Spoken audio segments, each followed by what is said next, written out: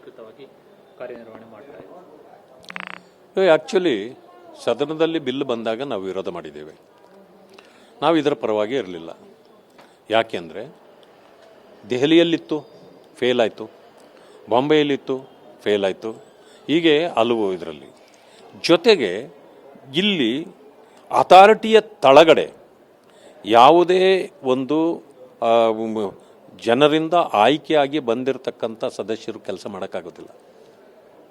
Mayor ಆದವರು authority ತಳಗಡೆ ಕೆಲಸ ಮಾಡಬೇಕು. ಅದರಲ್ಲೂ ಎಷ್ಟು ನೀವು 7 ಅಥವಾ 5 ಭಾಗ ಮಾಡ್ತೀವಿ ಅಂತ ಹೇಳಿದಿರಿ. ಇಷ್ಟೂ ಜನ ಮೇಯರು ಉಪಮೇಯರ್ಗಳು ಇರ್ತಾರೆ. ಈಗ ಒಂದು ಪ್ರೋಟೋಕಾಲ್ ಇದೆ. ಹೊರದೇಶದಿಂದ ಯಾರಾದರೂ ಬಂದಾಗ ಪ್ರಥಮ ಪ್ರಜೆಯಾಗಿ ಇಲ್ಲಿನ ಮೇಯರ್ ಹೋಗಿ ಅವರನ್ನು ರಿಸೀವ್ ಮಾಡ್ತಕ್ಕಂಥ ಪದ್ಧತಿ ಇದೆ. ಈಗ ಹೇಳಿ ಯಾವ ಮೇಯರ್ ಹೋಗಬೇಕು? 2025-26 ಅಡ್ಮಿಷನ್ಸ್ ಓಪನ್ ಆಗಿದೆ. ನಿಮ್ಮ ಸೀಟ್ಗಳನ್ನು ಈಗಲೇ ರಿಸರ್ವ್ ಮಾಡಲು ಕರೆ ಮಾಡಿ 9900072632 ಅಥವಾ visit Saptagiri NPS university Bengaluru. 7 ಜನ ಮೇಯರು ಹೋಗ್ಬೇಕಾ? 7 ಉಪಮೇಯರು ಹೋಗ್ಬೇಕಾ? ಏನು ಇದರ ಬಗ್ಗೆ ಅವರು ಯಾಕೆ ಇದನ್ನು ಇಷ್ಟೊಂದು ಒತ್ತಾಯಪೂರ್ವಕವಾಗಿ ಮಾಡ್ತಿದ್ದಾರೆ ಅಂತ ನಮಗೆ ಗೊತ್ತಿಲ್ಲ. ಆದರೆ ಇದೊಂದು ಫೇಲ್ಯೂರ್ ಕೇಸ್. ಮತ್ತು ಮಂತ್ರಿಗಳು ಯಾರನ್ನ ನೀವು ಒಂದು ಸಮಿತಿ ಮಾಡ್ತೀರಿ, ಹೊರಗಡೆಯವರು ಅದರಲ್ಲಿ ವೋಟ್ ಹಾಕ್ಬೋದು, ಪಾಲ್ಗೊಳ್ಬೋದು. ಅದೇ ಇಲ್ಲಿನ ಶಾಸಕರು ಪಾಲ್ಗೊಳ್ಳೋ ಆಗಿಲ್ಲ.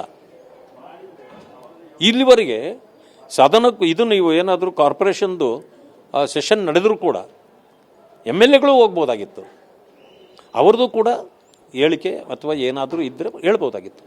ಈಗ ಅದೆಲ್ಲ ಹೋಯ್ತು ಅಂತ ಕಾಣುತ್ತೆ. ಈ ರೀತಿ ಇದು ಅವಾಸ್ತವಿಕವಾಗಿದೆ. ಇದು ವಾಸ್ತವಿಕವಾಗಿ ಕಾಣ್ತಾ ಇಲ್ಲ ನನಗೆ ಈ ಎಲ್ಲದಕ್ಕಿಂತ ಮಿಗಿಲಾಗಿ ಕಾನ್ಸ್ಟಿಟ್ಯೂಷನ್ನ ಅಡಿಯಲ್ಲಿ ಇವತ್ತು ಒಂದು ಸರ್ಕಾರ ಇದೆ. ಇದು ಒಂದು ಕಾಂಗ್ರೆಸ್ ಇವತ್ತು ಸರ್ಕಾರವಾಗಿ ಆಡಳಿತ ಮಾಡ್ತದೆ. ಇದು ಎಕ್ಸಿಕ್ಯೂಟಿವ್ ಕೆಳಗಡೆ ಮಾಡ್ತದೋ ಎಕ್ಸಿಕ್ಯೂಟಿವ್ ಮೇಲೆ ಮಾಡ್ತದೋ? ಇದು ಪ್ರಶ್ನೆ ಬರ್ತದೆ. ಈಗಿಲ್ಲಿರ್ತಕ್ಕಂಥದ್ದು ನೀವು ಆಡಳಿತ ಮಾಡಬೇಕಾದ ಒಬ್ಬ ಮೇಯರು ಅಥವಾ ಕಾರ್ಪೊರೇಷನ್, ಇದು ನೀವು ಅಥಾರಿಟಿಯ ಕೆಳಗಡೆ ಮಾಡ್ತೀರಿ ಅಂತಂದರೆ ಅದಕ್ಕೆ ಬೆಲೆನೇ ಇಲ್ಲ. ಆ ಕಾರಣದಿಂದ ನಮ್ಮ ವಿರೋಧ ಇದೆ. ಇದು ಅವರು ಈಗ ಬಿಲ್ಲಾಗಿ ಪಾಸಾಗಿದೆ ನಮ್ಮ ವಿರೋಧದ ಮಧ್ಯದಲ್ಲಿ. ಆದ್ದರಿಂದಾಗಿ there is no other go. ಈಗ ಅದು ಏನು ನಡೀತದೋ ಅದನ್ನು ನಾವು ಒಪ್ಪಬೇಕಾಗತ್ತೆ, ಇಲ್ಲ ಅಂತಲ್ಲ. ಆದರೆ ಮುಂದಿನ ದಿನಗಳಲ್ಲಿ ಇದು ಎಕ್ಸ್ಪೋಸ್ ಆದರೆ ಖಂಡಿತ ಇದು ಉಳಿಯೋದಿಲ್ಲ. ಇದು ಏನೋ ಒಂದು ಟೆಂಪ್ರರಿ ಅರೇಂಜ್ಮೆಂಟ್ ರೀತಿ ಅವರು ಮಾಡ್ಕೊಂಡಿದ್ದಾರೆ. ಇದಕ್ಕೆ ನನ್ನ ಪ್ರಕಾರ ಇದೊಂದು ಸ್ವಲ್ಪ ದಿವಸಗಳಲ್ಲಿ ಇದು ಕೂಡ ಹೋಗುತ್ತೆ.